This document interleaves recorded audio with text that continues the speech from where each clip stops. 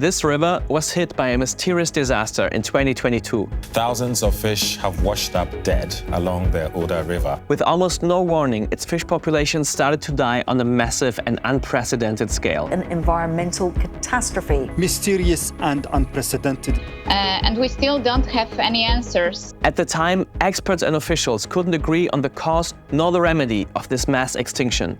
Do we know more today? And could we be able to revive the aquatic population? We sent Felicia from Planet Wild to the Oder Delta to get to the bottom of it and help bring back life to a death-stricken river ecosystem. We're Planet Wild. Welcome to Mission 5. This is the Oder River. It brings water all the way from the Czech Republic to the Baltic Sea. Its last 200 kilometers mark the border between Poland and Germany. Last year, it was the focal point of international attention when an ecological disaster struck with little to no warning. Thousands of tons of fish killed and also mussels killed, and nobody knew what was going on.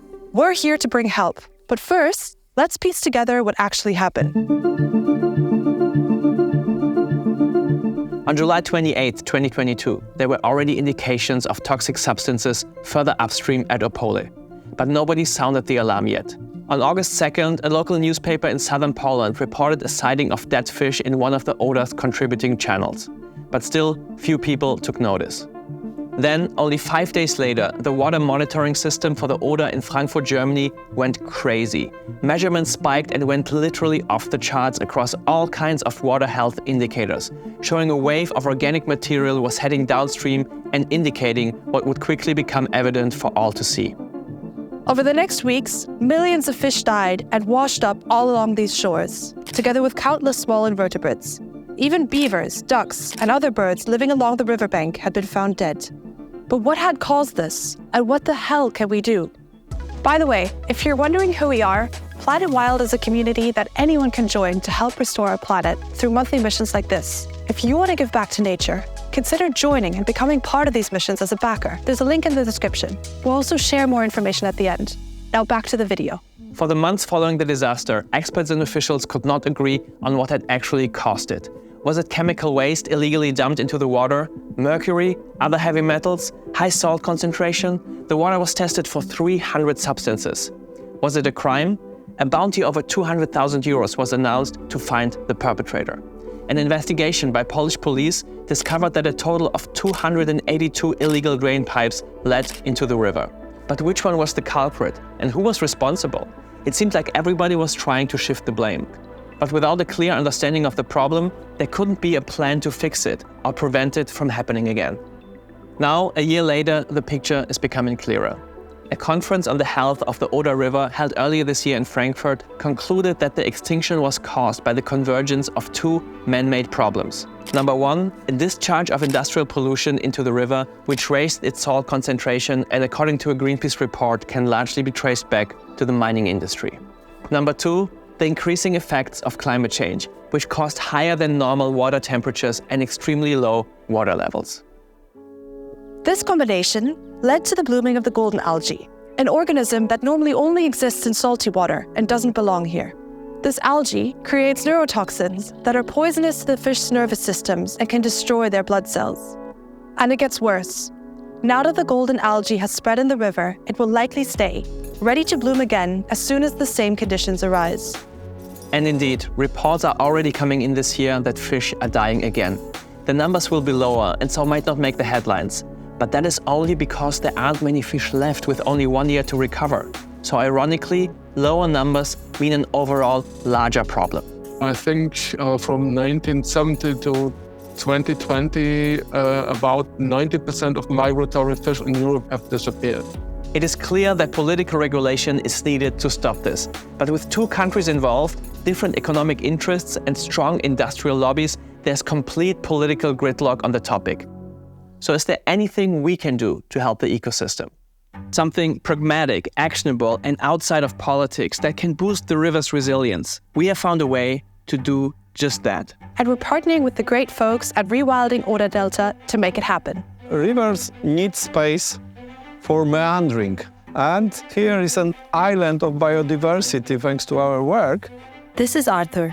He's an expert at river rewilding and has worked over 20 years along the Oda's tributaries. While often overlooked, these tributaries have always been crucial to the health of any river ecosystems. But since the disaster in 2022, Arthur's work has gained a new dimension because the tributary streams are now becoming a lifeline for the struggling Oda. Thanks to keeping some tributaries of Odra River in good condition, with good health, some fish were able to survive. Without these safe havens last year, there would be much fewer fish in the Oda today, which just highlights how important Arthur's work has gotten. We're here at the Ina River, about 6 kilometers away from its Oda entry, to show you why. Because Arthur's work is precisely focused on creating new breeding grounds for all kinds of fish and aquatic life that spawn here, and can then revive the Oda waters as well. A big part of Arthur's work is undoing the harm humans have done to the river at a time when they didn't know better. The Ina was one of the first rivers in Europe to be channelized as part of the Hanseatic trading routes in the 16th century. What seemed like undisputable progress at the time is understood today to cause a whole range of ecological problems. Channelization means straightening and deepening the stream. The result is a loss of breeding ground for fish that need diverse riverbeds to flourish. And it even destroys the surrounding meadow habitats that depend on natural overflow. After the Second World War, commercial use of the Ina stopped. Arthur's team helped fight political initiatives to rechannelize it in the 1990s and 2000s. So the river has started to self-restore through natural meandering. But nature alone won't be able to undo the effects of human intervention, because the original ground material that the riverbed needs was created during long-gone glacial times. But luckily, we can help. Arthur has been pioneering an effective method to rewild the river and restore its original structure. It simply relies on giving back to nature what humans have taken from it. And the number one thing this river needs is gravel.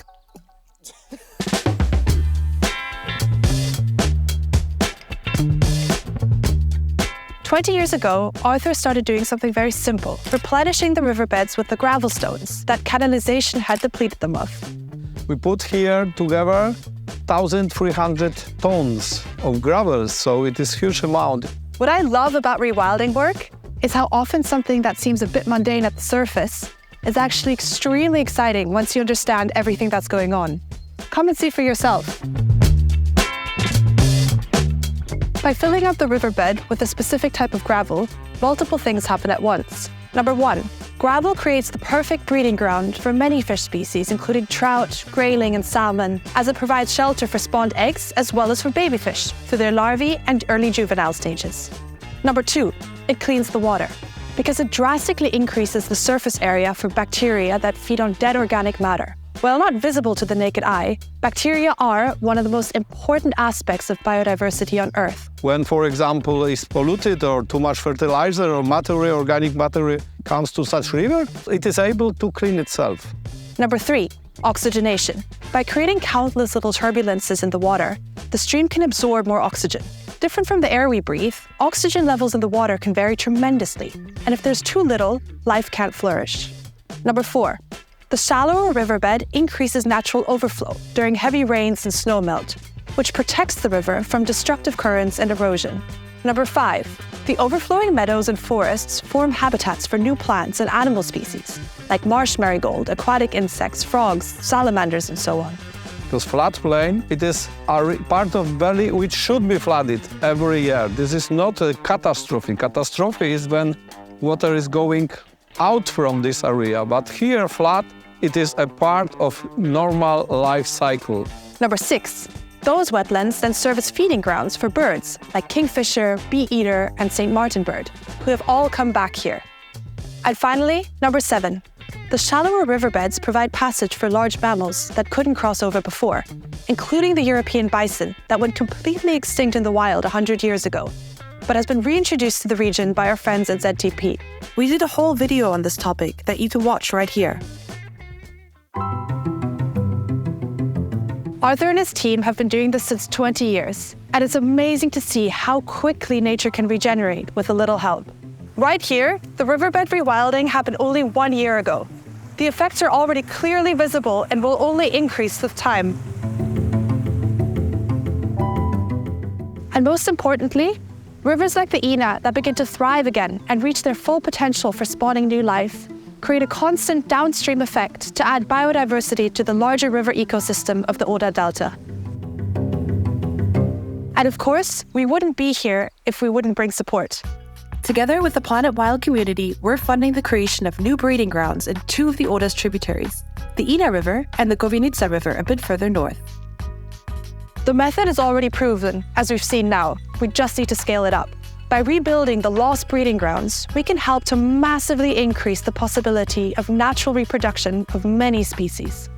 What makes this rewilding method so successful is how simple and straightforward it is. It is very cost-efficient, requires no heavy construction work, creates low bureaucratic hurdles, which is far more important than I can get into in this video, and it requires zero maintenance after implementation. It simply gives back to nature and then lets nature take over. And this way, even while political regulation is lagging, we can do something truly meaningful. Strengthen the river ecosystem by creating crucial spaces for distressed fish to find refuge and from where they can always repopulate, and as a result, make the Oder Delta ecosystem more resilient as a whole. Planet Wild is a new initiative that anyone can join. Every month, we go on a mission to support those that protect our planet. In our next mission, we're training guerrilla firefighters in Sicily who are desperately fighting wildfires that are scorching the island. I'm already on the ground right now, and this will be our craziest mission yet. If you don't want to miss it, make sure to subscribe and hit the bell. If you want these missions to become bigger, consider joining Planet Wild as a backer. The more our community grows, the bigger our collective impact will become. And I promise we have big plans for the future, so sign up now with the link in the description to help make them happen. And a deep felt thank you goes out to all of our existing Planet Wild members. We have come a long way together in a short period of time already, and you made that possible. And you just unlocked the new mission badge in our app for being a part of it.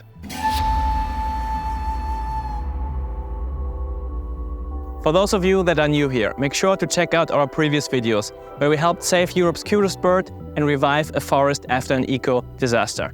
I'm looking forward to seeing you. Over and out.